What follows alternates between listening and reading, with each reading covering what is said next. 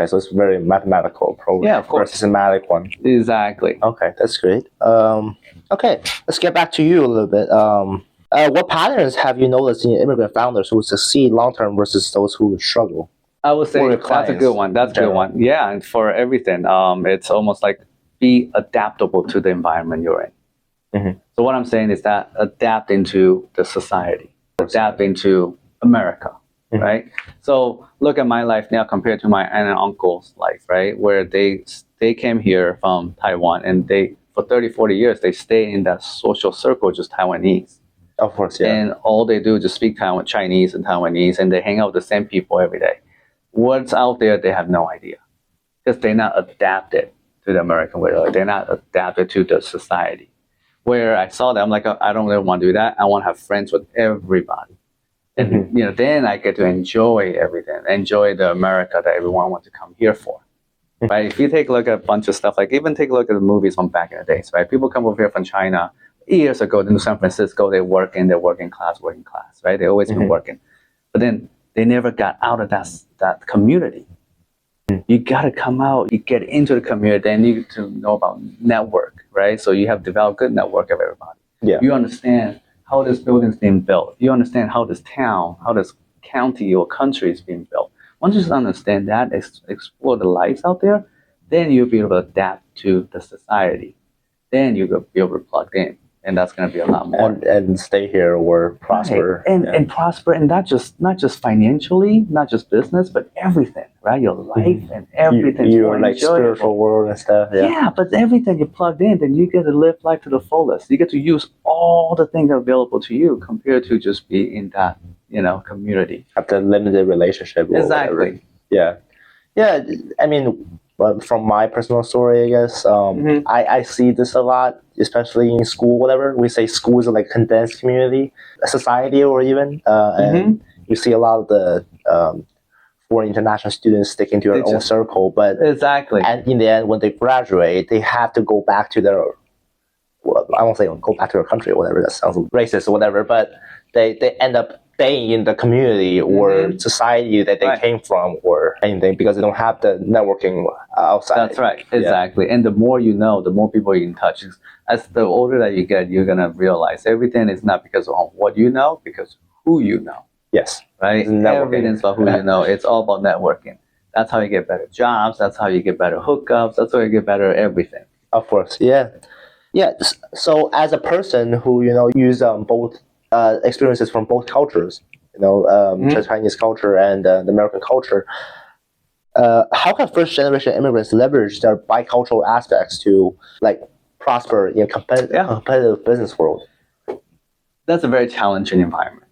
Yes. Asian culture, we're very obedient, right? So, and I learned that from the hard way. Yes. Right? Where Western culture, it's very competitive. Individualistic. Exactly. Yes. So years ago, I was involved with a volunteer for a Taiwanese American professionals group in the DC chapter. And I was on the board and everything. So once in a while, we run this sort of like a professional session where we go in and we tell all the members, right, because they're young professionals, about how to negotiate salaries. Right? That's a skill that very, very few Asians possess, right?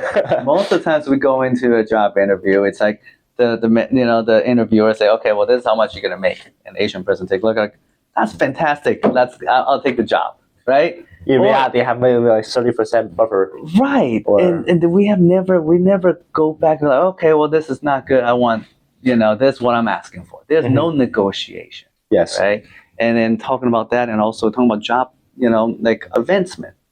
Right. So for Asians, we always talk, like this, where like in tech as well, technology world, right? Yes. It's all a lot of Chinese, right? Of course. But then it's also that the Asian, we tend not to ask for the promotions. We tend not to ask for it because in our culture, it's you got to do what's very good on you, and then you be recognized, and then they become better, right? Yeah, you're supposed to be like a stepping stone or like a brick in your group, right? And then you get picked, right? So you don't ask for it, and then it's not actually not good, if you ask for it, right? But in a Western culture, you have to fight for it. Yeah. So that's one thing. But the second thing is that because the Asian culture, the Westerners, they look at Asian culture, they will rather they're more likely to hire the Asian culture person, background person, right? Because we're easy to work with and we work hard, right? Yeah. And that's, yeah. Or from an employer Follow the perspective, rules. more obedient even to extreme end. Yeah. Okay, that's pretty good. Okay, let's close out with this. When you look back, what made you the proudest, not just in your career, but as someone who's built a life across two cultures, or even three, because your wife is Russian. Sure. I don't know, proudest. Looking back, I don't know. Like what I said earlier, like adapt into the society, right? So now I enjoy life to the fullest compared to other immigrants, or because my aunt and uncle, for instance, they never got the they have opportunity. They were here, but then they didn't have the opportunity to go out and enjoy. Enjoy like hiking, right? Everyone knows that you can just drive over the hike, but if you talk to the right person, they will tell you The best trail, what to do, and this and that, right? It was like anything. Like what kind of festivals going on this weekend? What kind of events going on this weekend? Those are the cool things. And now by doing all this, my kids, my two boys, now they get to have access to all it, right? So that's sort of, you have learned everything, and then you get in touch with everything. Like years ago, I was told when I was younger, people say, Jack, you don't have to do one thing 100%. If you do everything 80%, you're going to be very successful. Because when you do everything 80%, then you could have conversation with everybody.